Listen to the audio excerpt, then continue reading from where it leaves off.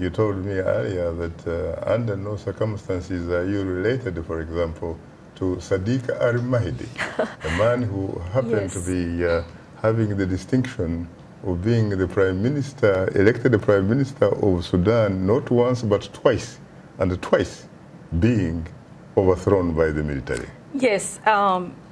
Thank you again. My last name Elmahdi, it has no relation with the Shaza Elmahdi. But having that said, I know and I understand my family has some sort of relation with Al-Ansar. The Great Mahdi. Mahdi. Yes. Interesting. They are coming from the same area in northern Sudan. Interesting. Yes. Now, you are a Sudanese. How do you feel like the agreement has been signed? Well, first of all, I have to say that as Sudanese living outside the country, I'm so proud of what is going on in Sudan. And I'm so proud of my fellow citizens who, for the last 6 months, have proven that they can make change, and they did. Despite the fact that we are at the very, I still look at it this way, we are at the very early stage of our radical change. And as an activist, I understand, after 30 years of being under al-Bashir's regime, there is no way that we can make a radical change in one single night. But I understand that our country has crossed the turning point, and there is no way that Sudan will be the same that it was before April 11. Talk to me about the fact that women, the Garant women of Sudan, were in the lead. They pretty much led this revolution. That's true. And actually, throughout our history, women were at the very forefront of all kind of change that happened in our community. Just a quick view to our history, we have the women who were first been elected into the parliament in 1960s. At that time, I believe the Northern Africa region and the Arab countries and other neighboring countries, they haven't had that experience. So we started very early. If we have got the chance to go through that line in the same passion and the same mechanism, we would have gone way far than what we are right now. Very interesting, very interesting. But we have been going through some sort of a very brutal regime that was targeting women intentionally and setting laws after laws to oppress them. We do have different kind of laws that mainly targeting women, like the Public Order Act. I still remember when I went to the medical school, I wasn't even allowed to go like that and enter my college. Did that only affect women, or it affect those probably who happened to think there is discrepancy, and there is kind of those from the northern part, they have taken some sort of privilege from the system, and we understand that. But having that said, we as Sudanese women, as general, we've been targeted by the different kind of laws, the public order law, the indecent clothes, which is very subjective, and it does depend on how the police officer or the judge or whoever in the court see that. But talking about the revolution, the Sudanese women have been leading the revolution, organizing it from the back end, treating the victims as doctors, teaching their students, mobilizing the communities. And I've seen them, inspiring them. Very interesting. By even what we call as gharid and all these things that makes, in our culture, when they do that, they make it a kind of very spiritual thing for women, for men and women to participate. I'm afraid we have to try to be a little bit democratic, and if we're going to introduce democracy in the Sudan, we have to begin it right here in Studio 47. Sure. Let me come to you immediately, Atem Galang. What is your immediate reaction to what happened today in Khartoum? You happen to be a former Deputy Speaker of the Sudanese National Assembly. Yes, what happened today in Sudan, I'm happy with it. Is that the Sudanese people have actually defeated anarchy which was going to happen in their country. If they go for another 3-4 months without agreement, then chaos can happen, like what happened in Libya. So I do congratulate them.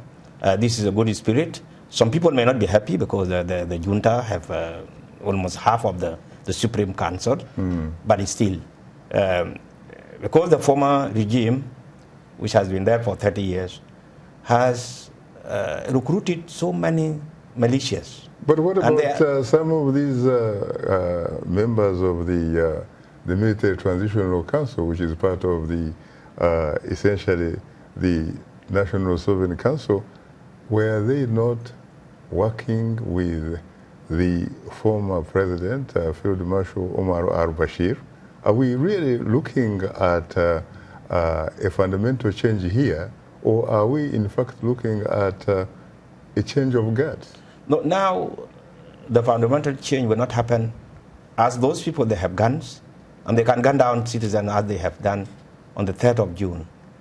And to avoid this is to work with them for at least the coming 39 months. And it is good in the agreement, there is a provision which is saying whoever is going to be in the council, this Supreme Council, or you become a member, or a member in the Council of Ministers, or a governor of the state, you will not contest the coming elections. That is great. So it means there is a blockage there in front of us. So they have to rule with the civilians. They can be tolerated because the Sudanese have tolerated Bashir for 30 years. So they can tolerate them for the coming 39 months. Right. Yeah. Great idea. But let me again come to you, Shaza. You know that there have been so many agreements signed in the Sudan before. One of the perhaps most fundamental agreement was the CPA, the Naivasha, the agreement, which worked. And at one time I remember when Dr. Kano John Garang was still alive, he was on this program on Straight Talk Africa, and he was talking about the CPA, and I said, wait a minute, what guarantee is there really that this CPA at the end of the day is going to deliver results? And he rightly said, Shaka, this time around, this is going to work, and the reason is very simple, because it is guaranteed by the IGAD Plus. Yes. We were talking then, of course, about Norway, the United Kingdom, and the United States. Yes. So what about this particular deal? Who guarantees it? The African Union? The IGAD? Sudanese protesters. Very good. Yes. And actually, the Sudanese protesters are the ones who were putting more pressure on both parties to come and finalize a deal. On the freedom and change declaration groups, and on the TMC, the Transitional Military Council. And I think the main idea behind, there are some international community involved, including the mediation that is being led by the Ethiopian government, and the one that was led by the African Union. And we really appreciate, we as Sudanese, we appreciate what the African Union has been done so far. And what about the role, for example, of Ethiopian Prime Minister Abiy Ahmed? Yes, I said the Ethiopian government has led the role, and yes, he's done a great job in that. And actually that's good because it gives some sort of balance in our region. We always rely on the international community from Western countries, and now it's back to our African Union to function in the right direction. And I think the first decision they have taken earlier is to suspend the Transitional Military Council or Sudan membership until they handle the authority to civilians government. But I would say that the Sudanese people themselves are the only group in the scene that I see could guarantee that this deal will function. Or part of groups that could guarantee, because let's be very realistic here. Those Sudanese people you are talking about do not have money, nor do they have guns, correct?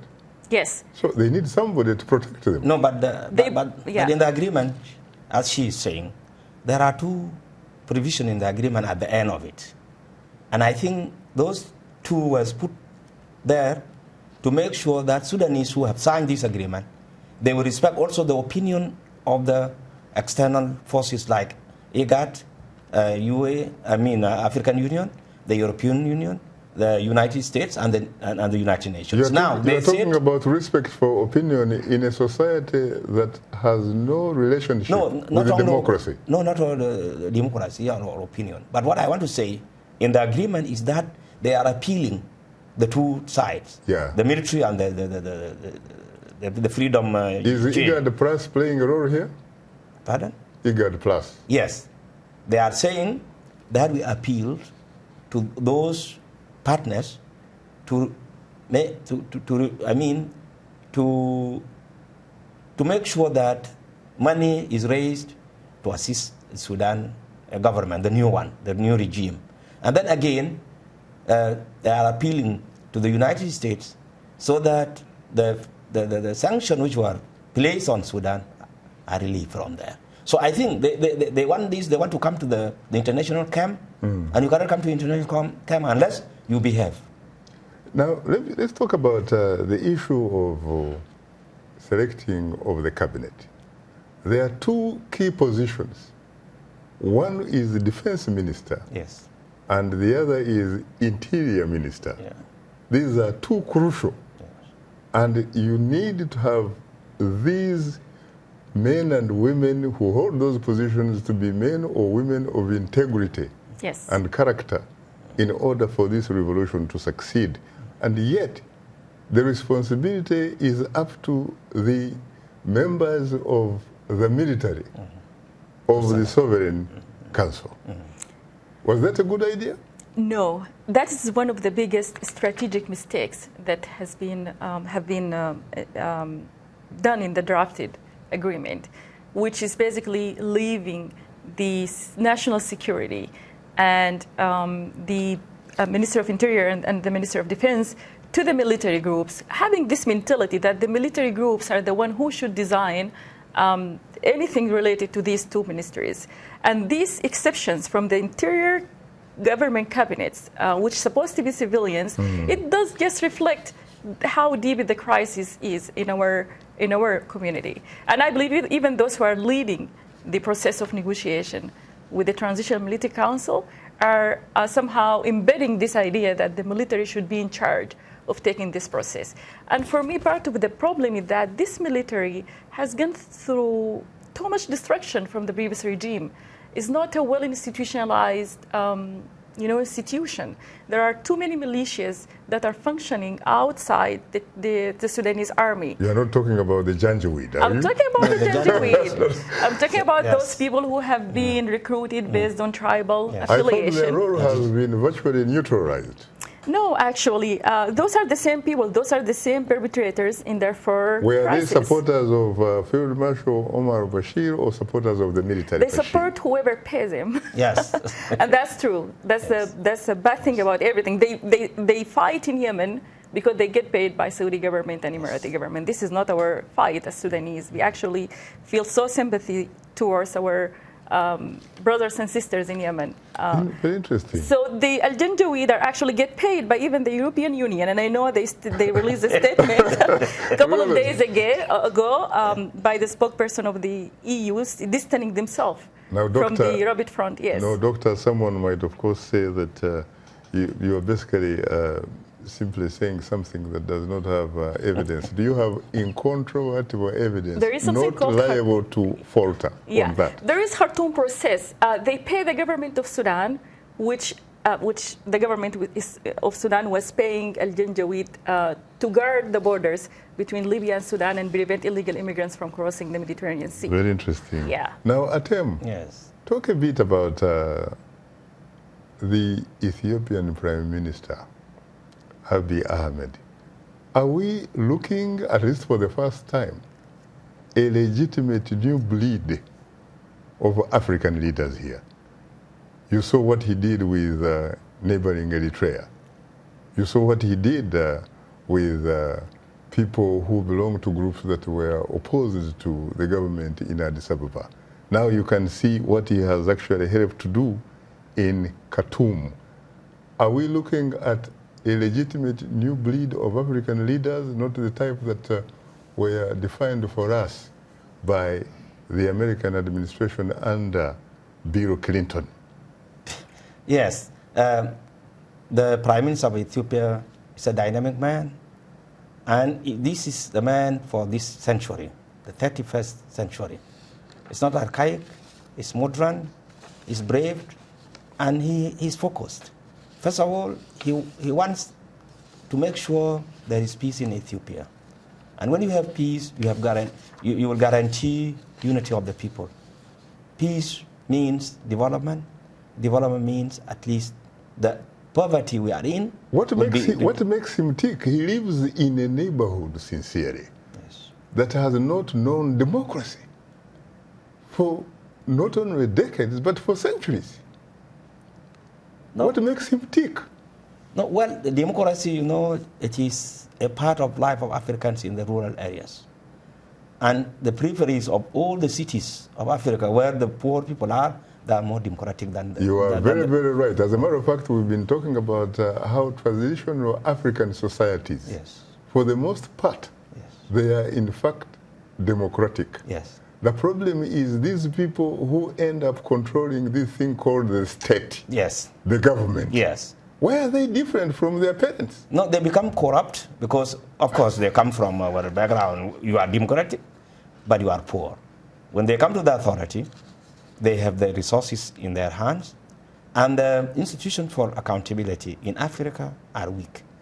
Either we weaken them deliberately, especially the elite, they become the looters of their own people, and they form a new class in the society. But otherwise, when we go back to... Is it something that we learn, for example, in some of these Western educational institutions? Because let's face it, a lot of our university graduates end up really becoming experts in consuming as opposed to producing.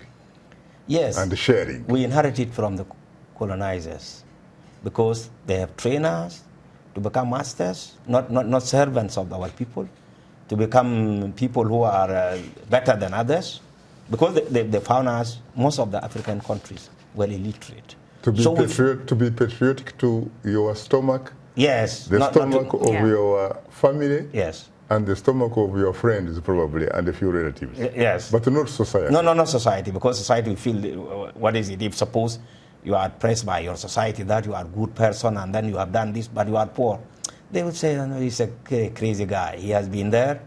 But what I want to say, Abiy, if he gets the right support from Ethiopian people, and Ethiopian people, they have had a government for the last 3,000 years. They are not like other Africans who just 100 years or 120 years, where they have gone through a system which is centralized. But for Ethiopian, they have got 3,000 years. So I think they will benefit from those experiences, and Abiy will succeed, because he's a man of peace. Unfortunately, time happens not to be our best ally. When the producer says go, you have to go. There's no democracy in